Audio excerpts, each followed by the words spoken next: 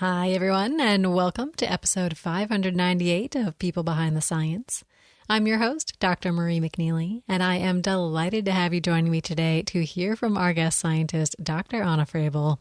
And listeners, we are excited to be rebroadcasting her interview, originally published on June 24th of 2015.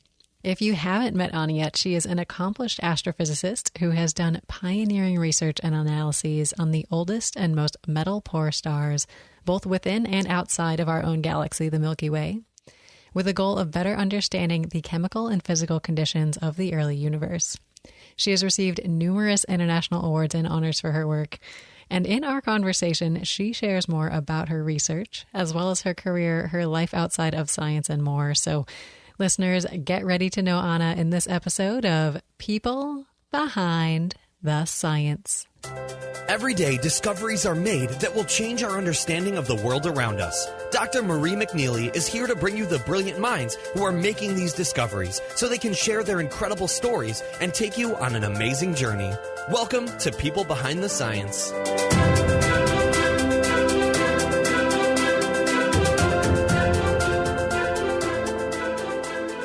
Hello, everyone, and welcome to another episode of People Behind the Science. Today, I am thrilled to introduce you all to Dr. Anna Frebel.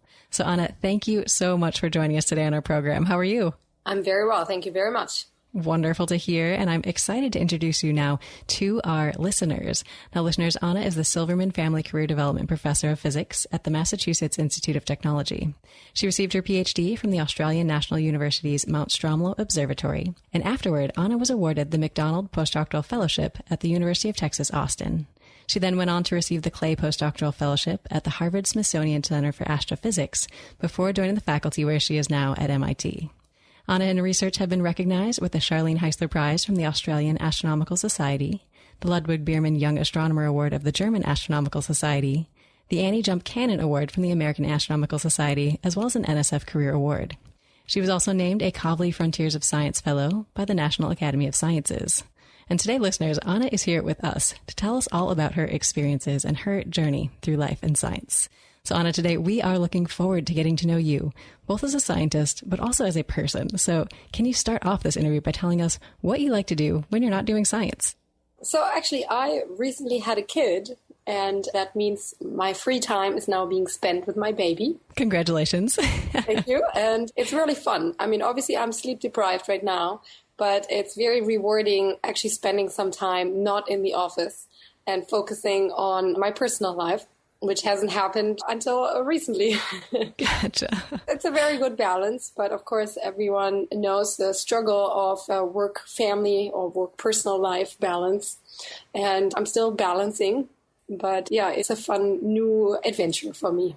Well, very exciting to hear about the new addition to your family. So what are the favorite activities with the baby right now? Do you have a favorite?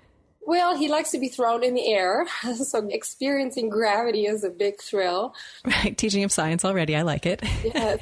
He also really likes people watching, which is actually very handy for me because I've taken him to conferences and talks, and he really likes listening to people just talking, and he likes to study faces. He's 6 months old, so he's a little scientist, but it's very cute to watch. Well, I love it, Anna. Wonderful to hear a little bit about your life outside of the lab. And I think you brought up a good point here, this work-life balance, or balancing your family and your personal life, everything that you're trying to squeeze in with all the things you're trying to do in the lab. So next, I want to chat about your lab life. So can you tell us how you describe what you do to someone who's not in science? So actually, I don't really have a lab because astronomers' labs is the sky, is the cosmos, everything above and beyond Earth. So that keeps my work life actually fairly boring. It's a spacious lab with a view, right? Yeah. And so I work with a computer all day long. Sometimes I go to the telescope, which you could sort of consider a lab. Of course, it's a little bit different at the end of the day. So at home or here in Cambridge in the office, we just do computer work. We analyze data, lots of emailing because we all have very many international collaborators. And so there's constant interaction by email or by Skype, for example. So that's a big part of my day. Of course, talking and advising students is another very big part. and then a lot of administration. Everyone wants something at all times, and it's also a part of my daily life. But when I go to the telescopes, which happens about 2 or 3 times a year for about a week, then all of that general stuff gets dropped and we focus just on obtaining the data, which means we stay awake all night long and press lots of buttons on the telescope. So it sounds like you've been practicing for the sleep deprivation for a long time. Yes. Having a baby is just like a really, really long observing run. Well, wonderful to hear more about the daily life of an astrophysicist. And Anna, it's great to hear sort of the behind the scenes look at what you're doing in science, because I think a lot of people have trouble visualizing what a scientist's day might look like. So can you now give us a couple sentences description about what you're currently studying? I work on the oldest stars in the universe, and that means that we go out to find them, and once in a while we are lucky enough to actually find them. So what that means is that we work, for example, with a bunch of Australian folks, and we have a telescope in Australia, and that surveys the sky, and from those data we select candidate stars that look like they could be very old, and then there are 2 more telescope steps involved, and at least 6 months later or sometimes a year later we know whether we actually found something. Oh, wow. I'm mostly involved in the last telescope step.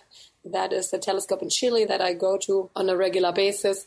And that is really at the telescope where we see, okay, we found something, or maybe we have to go and observe the next target. And then when we come home, we have to do what we call a chemical abundance analysis, because the big question really is, how do we know that a star is very old?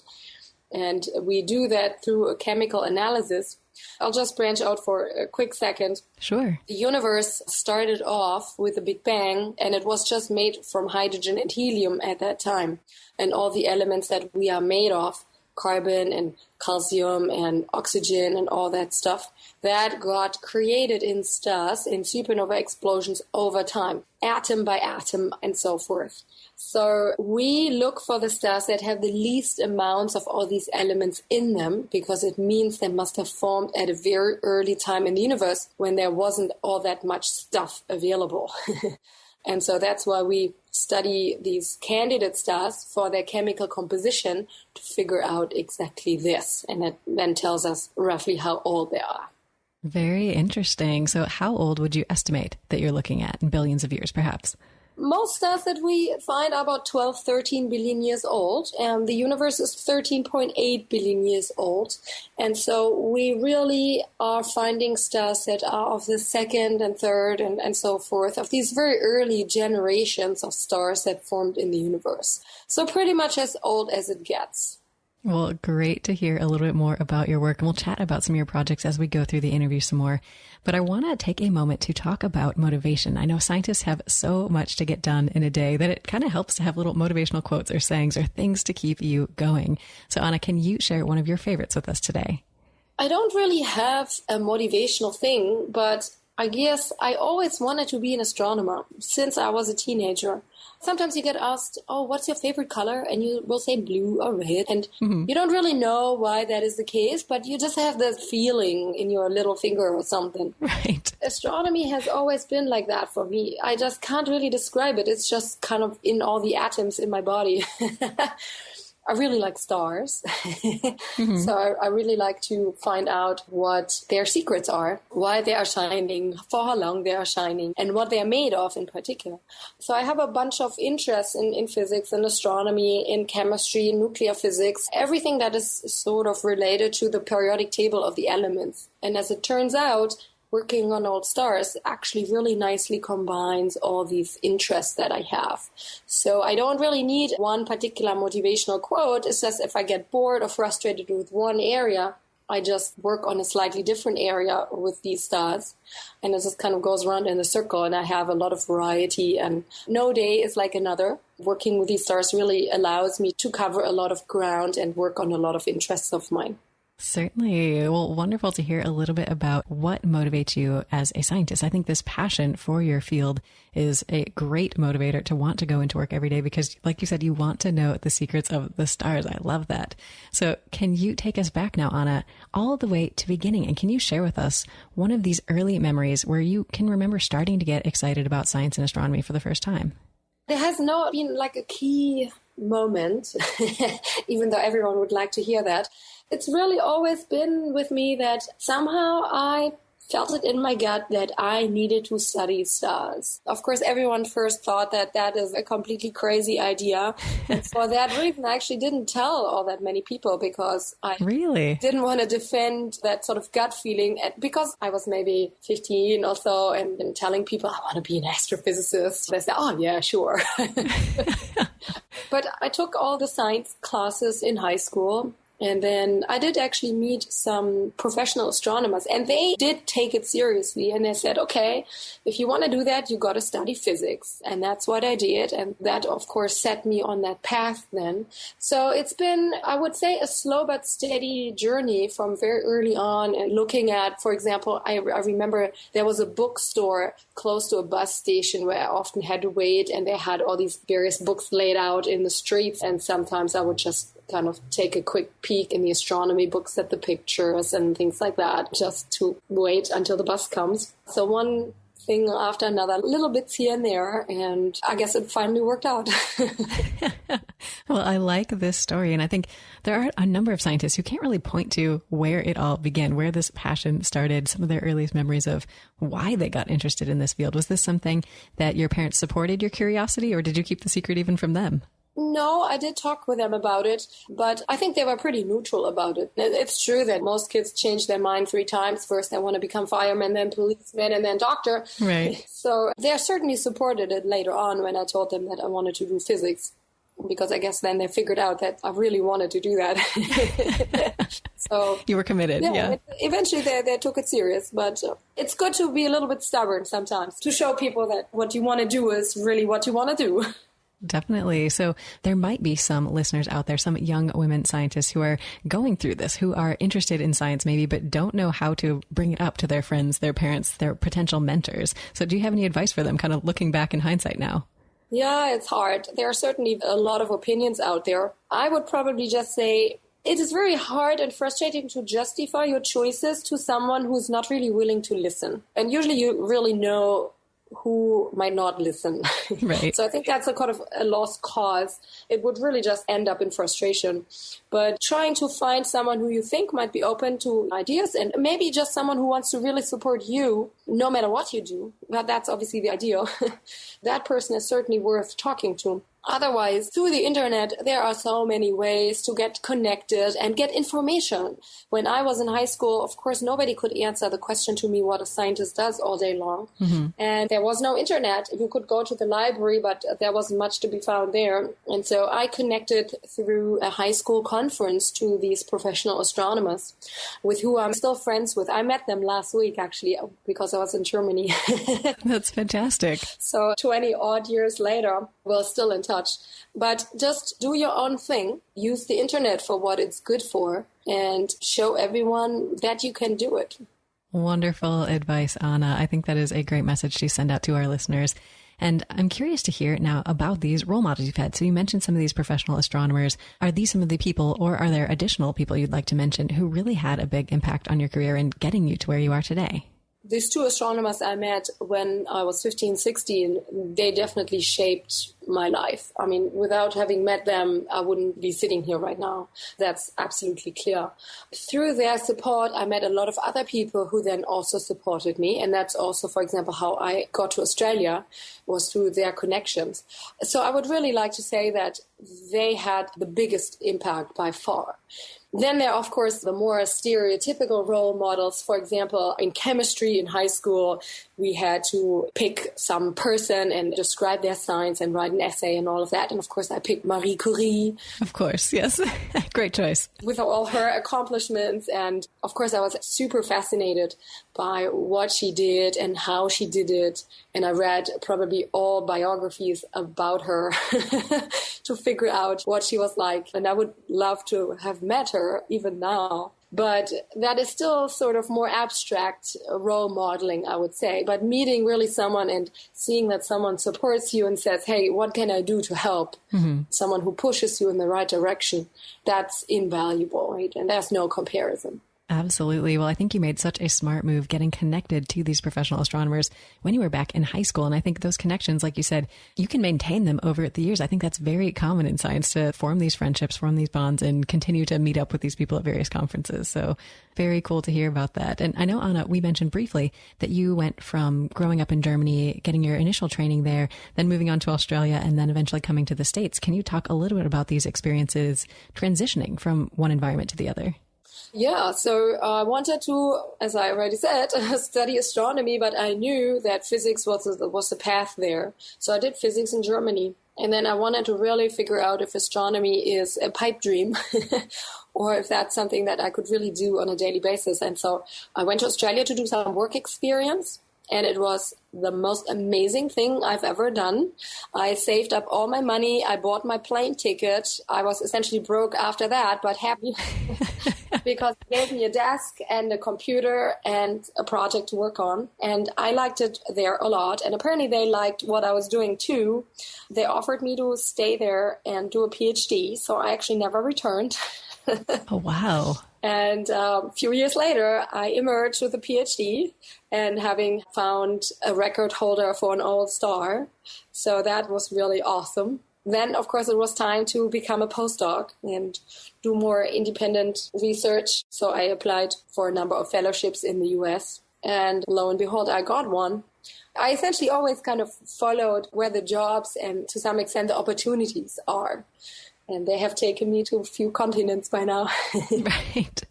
Well, wonderful to hear about these experiences. And I think you brought up a really good point of following where the jobs are, where the opportunities are. And I think this is something that's becoming more and more of an issue in science as the available jobs are becoming less and less, that people sort of have to be willing to move wherever there is a position that fits them. So really interesting point there.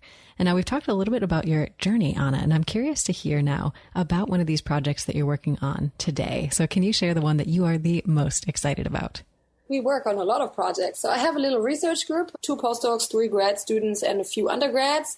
And we study the chemical composition of stars to unravel what the early universe looked like, how the first heavy elements formed, how the first stars formed, how the first galaxies formed.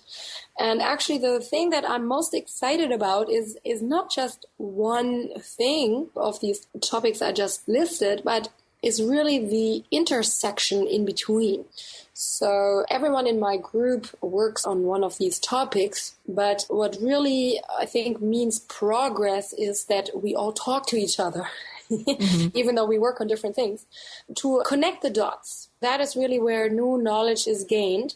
Pure analysis, of course, is very important, but interpretation of the numbers is what propels us forward. To be a bit more specific, some people in my group run simulations for the assembly and growth of the Milky Way galaxy. Then we compare those results or that history of the Milky Way with the observations that we take of the oldest stars. Because as it turns out, the oldest stars are older than the Milky Way itself, but we do find them in the Milky Way today. And we want to find out exactly how these stars actually made their way into the Milky Way. And for that, we need these simulations because they show that a galaxy like the Milky Way started as a fuzzy blob in the universe some 13 billion years ago. And then it ate smaller blobs that were close by. And so it grew and grew through this process. And these old stars probably formed in some of these little blobs that got eaten up by the Milky Way, and that's how they ended up in the outskirts of our galaxy where we find them today. But we really need this combination of simulations and observations to really understand the full picture of how the Milky Way formed. I really like this interplay of different people working on different things, but all of us were interested in the same thing at the end of the day, which is the formation of the Milky Way. Well, very interesting. And I think your field and a number of other fields within science have this interdisciplinary component where you're describing working with people who are familiar with the chemistry, perhaps more the computer science angle, as definitely the physicists and the astronomers. So is it a challenge ever kind of being able to connect those dots, being able to almost speak all those different languages? Yes, it's a challenge, but it's definitely very rewarding and just a lot of fun, I think. So, yeah, we certainly have some people in the group who do much more computer science-oriented things. I do more chemistry, nucleosynthesis work, how the elements are actually formed. But we really need all the different expertises because the easy questions have all been answered. And in order to answer the harder questions, we really need to give it all. Definitely. Well, fantastic to hear more about one of these projects that you're working on and a little bit more about your team. And I think so far on it, we've talked about a lot of the fantastic aspects of careers in science and about your journey.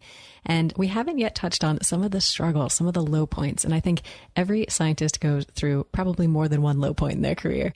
So I want you to take us back to one of these tough times and tell us what happened and how you got through it to give our listeners an idea of what might be in store for them.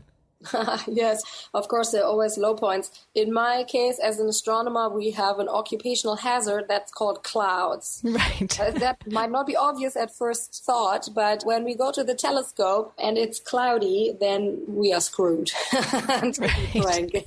So we can obviously not observe through clouds, even though I wish we could. And telescope is allocated in small amounts, so usually 2 or 3 or 4 nights, and that happens twice a year. But if you are clouded out, tough luck, you have to apply again the following year. Now, let me give you one very specific example. I was actually sitting at a telescope, when was it, 2004, and a friend of mine happened to be at a different telescope at roughly the same time. And he had observed some stars for me, and he found one star to look particularly interesting. So he sent it to me while I was at my telescope. And he was about to leave his telescope because he was done. He just sort of sent me the results that he had obtained for me. And my eyes almost popped out when I saw this star. It later turned out to be the oldest star for which we could measure an age. So really big find. Oh, wow. And so we were sitting at this telescope and it was really hazy. And we tried to get more data because it was clear we would need more data.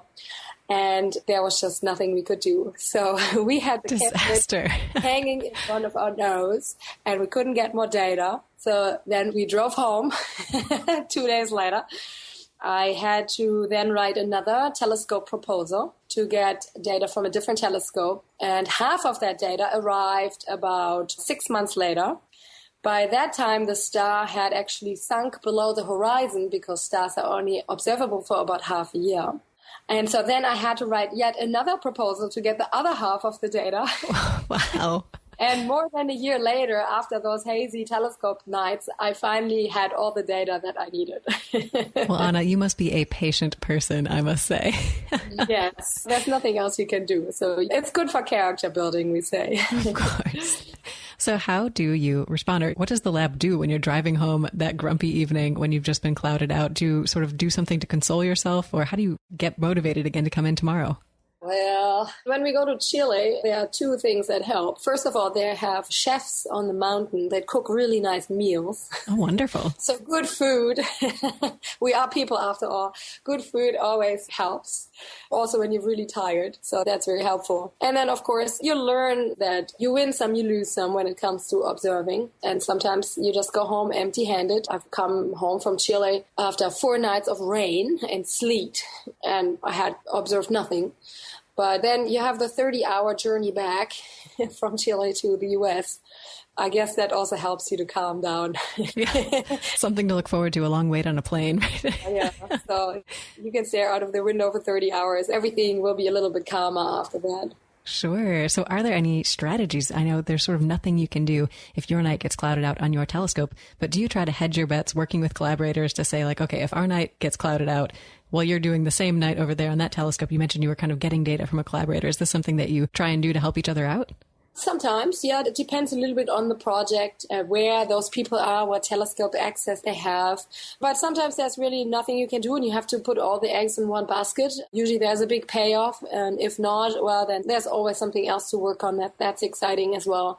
And as I said, I have a variety of projects going on in my group, and so nobody has yet gone without work for a significant amount of time due to clouds. So we have contingencies. Gotcha. Well, wonderful to hear about one of these challenges. And it sounds like you have this optimism, this persistence to get through it in the tough times when you're right. There's nothing you can do. You can't worry about the things you can't control. So just keep pushing on. I like it. Now, Anna, we don't just want to talk about the tough times. Can you tell us next about one of these happy moments, one of these successes that you've had in your career? And this can be a big success, one of these maybe grants, papers, things like that, or even a little victory along the way. Yeah, I mean, I've had many, many good moments. Sadly, they actually only last way too short. Right. And then it's back to work again. But this moment when I was sitting at the telescope, when it was hazy and seeing that star, I mean, it was clear from those data that this would be a very, very big splash. And it did go through the international media a year and a half later. It's kind of funny. If you're at the telescope and you see these data sort of emerging in front of your eyes and you kind of see that, oh yeah, that could really be something, and then you just have to get a little bit more data, then it's also a very nervous moment because, oh my God, what happens if I do something wrong? Right. Or if my interpretation isn't correct and it's actually something that someone has already discovered before, or it's just completely wrong for some bizarre reason. So it's a very special moment with a lot of butterflies in the belly. And they have to stay there for like a year, right? Well, not always, but often it turns out to take some time. And so that is, of course, very exciting. So that's the pure discovery aspect of that I do. Of course, it is extremely satisfying that when you finally have written the paper and it got accepted in a good journal and it gets picked up for a press release and then people email you and are interested in your work. So that feedback from the general population is very thrilling and satisfying and tells me that even though I do basic research, people are interested in what I am or what we are doing and that they are interested in science. And that is one way where I also feel I can give back a little bit in terms of inspiration, but also in terms of helping that the population becomes and stays scientifically literate. I find that very important. And along those lines, sort of smaller victories, but again, very satisfying moments is when, students come and want to work with me and they are really excited to analyze their own star. They get their own star when they work with me and seeing them finish it and then kind of catching a glimpse of what it means to do real research work. I didn't really have the chance to dive into research as an undergrad. And so I really like to extend that opportunity to my students now. When you see the twinkle in someone's eye because they're excited about having finished a piece of analysis, then I really know that I'm doing the right thing. Right. Makes it all worthwhile. I love it, Anna. Well, marvelous to hear about some of your successes in science. And I like that you presented a lot of different kinds of successes. So the pure discoveries, really getting into working with students and the successes that you see there. But then also, like you said, these big grants, papers, things like that are so exciting when you get those. And you mentioned some of these successes in getting in touch with the public, getting people excited about your science. And I think it's hard not to be excited about space research. But I know you do some public outreach and you've kind of made an effort and made that a priority for you. So can you talk a little bit about those efforts? I have two big things going on right now. One is that, for example, I talk with my mom on a regular basis and I'll tell her, okay, next week I'm going to a conference, and she has roughly an idea what that means. Mm-hmm. Or I'm giving a talk here and there. And then, of course, I tell her, well, I'm going observing again. And every time she says, oh, yes, okay. There's that pause. Yeah, and you really know that she really has no clue what I'm talking about. And nobody can really blame her because she cannot know. The public can usually not really go to big telescopes. Sometimes it's possible to visit smaller telescopes. And then the same is actually true for students. They can also not really know how astronomers collect data. And so in order to remedy that a little bit, I started to take my video camera to the mountain. And I film pretty much everything. That is fantastic. Also done astrophotography to kind of show the night sky with the telescopes. Unfortunately, I don't have enough time to really work on all the footage that I actually have. But once in a while, I'll add a little video to the collection that just shows what people do inside the telescope, what goes right, what goes wrong, how the telescope from the outside, what it means to travel there, what the night sky looks like, all these things to answer the question, what are astronomers doing all night long? What does my job look like? I think that is so important to give people insight into kind of what we do every day as scientists. Yeah, that's right. And so this is the visual part. And some years ago already, I wrote a popular science book in German that's actually now coming out in the fall. It's called Searching for the Oldest Stars. And so everyone can pretty much read exactly about what we were just discussing, not just the scientific results, but also how results are being obtained. Did it take 1 year? Did it take 10 years? The lay person in the street cannot know that. And I think that really needs to change. So the videos and the book really, I think, complement each other very well, because really the most important thing for me right now is to tell people how we are doing it. Everyone can buy a magazine and read the best results ever right there, but nobody ever really talks about how this goes. Definitely. I think that process is still a mystery for so many people. So I really appreciate the work that you're doing to make it more accessible, give people an idea of what actually goes on behind the scenes. And you mentioned your book. And now that we're on the topic of books, Anna, I love to chat with our guests about what they're reading and what they think we should all check out next. So can you give us a recommendation of a book that you've read and really enjoyed? And this can be a science book or a non-science book. Oh, I actually haven't read a book in quite a while. It doesn't have to be recent. It can just be a favorite if you want. I guess the last book I read was in German, so that might not be so helpful. But it was a book about a person's journey. He went on a walk. There's this walk in Spain that's like 1,000 miles or something. I don't know. Something very, very long. Wow, yeah. It's probably not 1,000 miles. That's really long. But may as well be at that point, right? Whatever length it is. It might feel like 1,000 miles. And so he went on a 3-month journey to, I guess, reflect on himself and the world and discover things about himself and meet people who are sort of walking with him. And I very much enjoyed that because as a scientist, I try to reconstruct the journey of the universe, so to speak. And of course, everyone has their own personal journey. And so I find biographies and journeys and lives of other people quite interesting. And sometimes I agree with what they say, sometimes I do not. But I always find it interesting to compare how different people deal with different things in life. Fantastic recommendation. Anna, can you tell us the title in case any of our listeners are reading in German? Ich bin dann mal weg. Perfect. I'm gone. I will not try and repeat it because I do not speak German fluently, but great recommendation. We will put that out on our website for our listeners to find if they're interested. And we've talked a little bit about your travel experiences throughout our interview. And I want to know now, Anna, what is your favorite place that science travel has taken you? Well, there are, of course, many. But sadly, though, although I go to many different exciting places, often there's not really enough time to actually enjoy the place, and I see way too many hotels from the inside. But, of course, any conference in Australia is always a highlight. Even though I've lived there and I've seen a lot, I just can't get enough. I've been to far north Queensland for conferences. I have been to the Red Centre for meetings. So anywhere there is very nice. So, yeah, Australia is definitely still my favorite place to go. Wonderful. Almost like a homecoming back to where you were for your PhD. So can you tell me, what is it about Australia that really hooked you, that makes you so excited to go back? Well, first, I really like the weather compared to Cambridge, where we have like 8 months of winter. Right. And I actually just took my little one for 6 weeks to Australia to just work there. We escaped the winter here, and it was just wonderful to be in the summer. The summer and the winter are switched there because it's in the southern hemisphere. But really, the people are so friendly and open, and it's just wonderful. And also in terms of traveling, there's so much to see and do. It really brings together a lot of good and pleasant things, and why not love it for that? Certainly. Well, wonderful to hear about your experiences in Australia. And I think definitely once you've had a chance to spend a long amount of time in a place, it's kind of nice to go back every once in a while and kind of see what's changed, see what's the same, and visit all the different sites that maybe you don't see when you're living there. So that's true. So I have a little inside knowledge. Right. Well, Anna, great to hear about your travel experiences. And I think in addition to the travel, one of the wonderful things about the life of a scientist is you get to work with phenomenal people. And you kind of hinted at this with you're talking about Australia, some of the people that you worked with. And I think this is one of the things that makes the career so exciting, is being able to work with people who are passionate about the same thing as you are and so excited about it every day.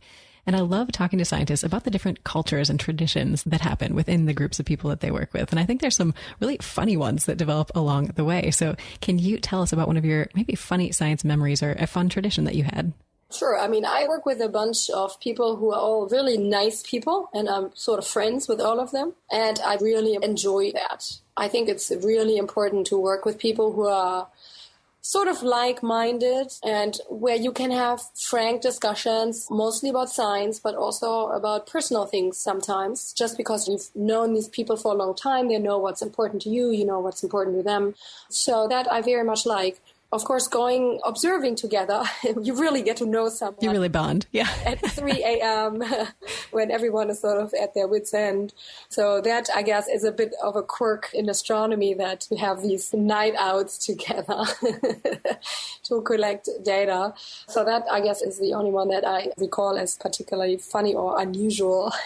So is there a tradition associated with this? Do you guys always maybe have snacks beforehand, listen to music during, or are there certain things that you do within your group while you're observing that might be different from other observing groups? Probably not. I mean, what I really like is that astronomers in general have, for example, dinner together before each night. That is more particular to that one observatory in Chile that I go to. At home, my research group, I like to take them on a little retreat once a year to foster little bonding, but also working together. Again, because we all work on different things, I really want to foster that intersection and that conversation about things. And of course, if people want to throw some personal things in there, I very much welcome that. So for me, the personal interactions sprinkled throughout are very important and have always been possible. And I think that is probably not the case in many other groups or for many other scientists in general. I mean, that's just a guess, but...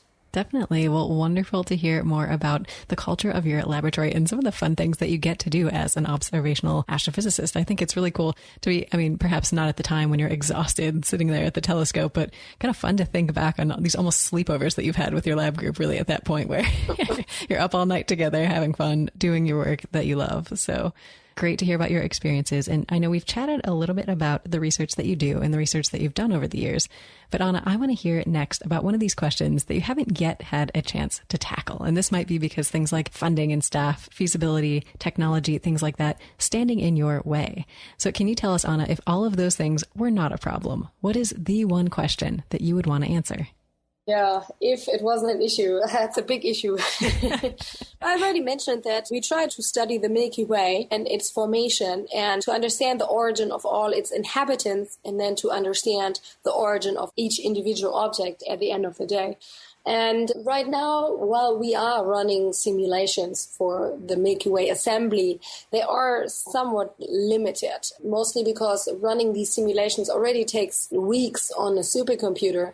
So if we had all the computing power in the world, I would really like to run many of these simulations, many Milky Ways, in incredible detail. That is probably, 50 years out or something. Really? But I think that's really what we need. We need to cook up the Milky Way and all the other galaxies in the computer to then compare that with observations. And of course, I would also really like an even bigger telescope than what we have right now. And 3 of them are in the making. However, it's going to take probably another 10 years before they can be used. So getting an increasing level of detail in the observations is very important as well.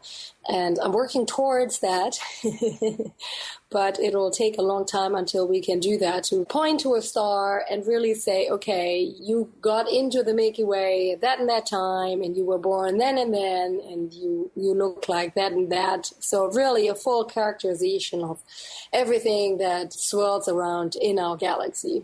Definitely. Well, very interesting to hear about some of these limitations and challenges in your field that you would want to dissolve away if you could. So thinking about telescopes in particular, what are some of the limitations keeping you from increasing that level of detail? What are some of the characteristics of the telescope that limit you? Well, we often call a telescope a light bucket. And what we need are bigger light buckets. If you want to observe fainter and fainter stars, we need to collect a certain number of photons, so a certain amount of light per unit time, in order to overcome all sorts of technical challenges. And if your light bucket isn't big enough, then there are just going to be too few photons coming our way, which means it doesn't actually matter how long we observe, we will never get any useful data. The only way to remedy that is to build a bigger light bucket.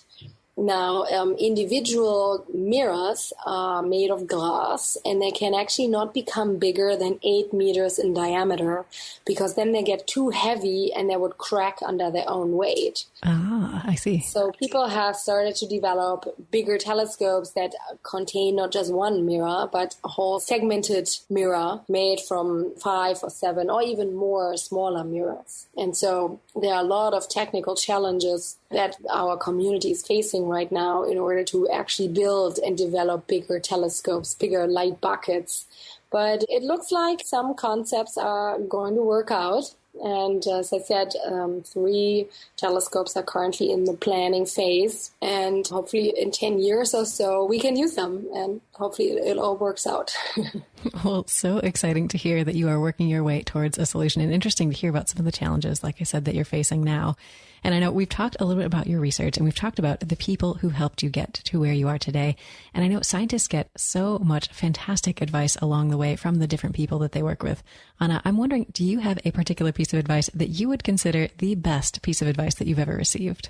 Yes, actually, I thought about that. And I think the best advice I ever given was from a very famous person. And he just said, everyone cooks with water. Do not forget that. I like it. At the time, I was like, oh, yeah, sure, no worries. But there's really a little bit more to it. I mean, everyone has an opinion, sure. And some people have bigger heads than others. But at the end of the day, everyone cooks with water. So my opinion, if it's somewhat substantiated, it is as good as anyone else's. So if someone kind of says something that I don't like or, heavily disagree with, then I try to think back of that, and everything is much better immediately. Gotcha. Well, fantastic advice, helping you put things in perspective as you go along. So thank you for sharing that with us today. Now, Anna, is there any other last piece of advice, or maybe a last piece of inspiration that you want to leave our listeners with today?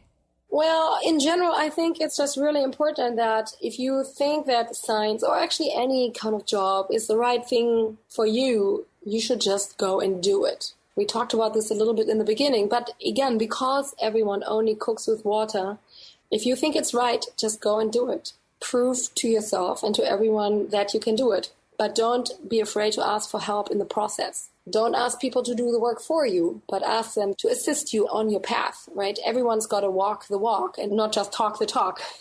Sure. I think many young people are a little bit afraid to sink their teeth into something, and maybe also to ask for assistance. And I would like to encourage everyone, not just the young, but also the more experienced people, that if they feel passionate about something, do your grassroots work, use the internet, find allies, and go for it. You will be rewarded, I'm pretty sure. Well, wonderful message to leave our listeners with, Anna. And I think this asking for help is something that I still struggle with today as a scientist. You feel like you don't want to be bothering people, but I think it is so important to reach out to people. Like you said, don't ask them to do the work for you, but ask them to maybe help you with how you're thinking about something, how you're trying to learn how to do something. So great, great advice. Now, can you tell our listeners how they can reach out if they want to learn more about you and your work? So I have a website. You're welcome to look at the website. I have these little videos on YouTube, if you just put my name into YouTube. And of course, I'm on Twitter. I don't tweet all that often, but if you ping me, I will probably respond, or at least I will try. Fantastic. Well, Anna, we appreciate that. And I've checked out some of these videos, listeners. They are excellent. So definitely go check those out. And listeners, thank you for joining us today. Anna, thank you for joining us today and sharing a piece of your story. You're very welcome. Thank you very much. Well, it was a delight to chat with you. And listeners, join us again next time for another episode of People Behind the Science. Your voyage to the lives of today's exceptional scientists has just begun.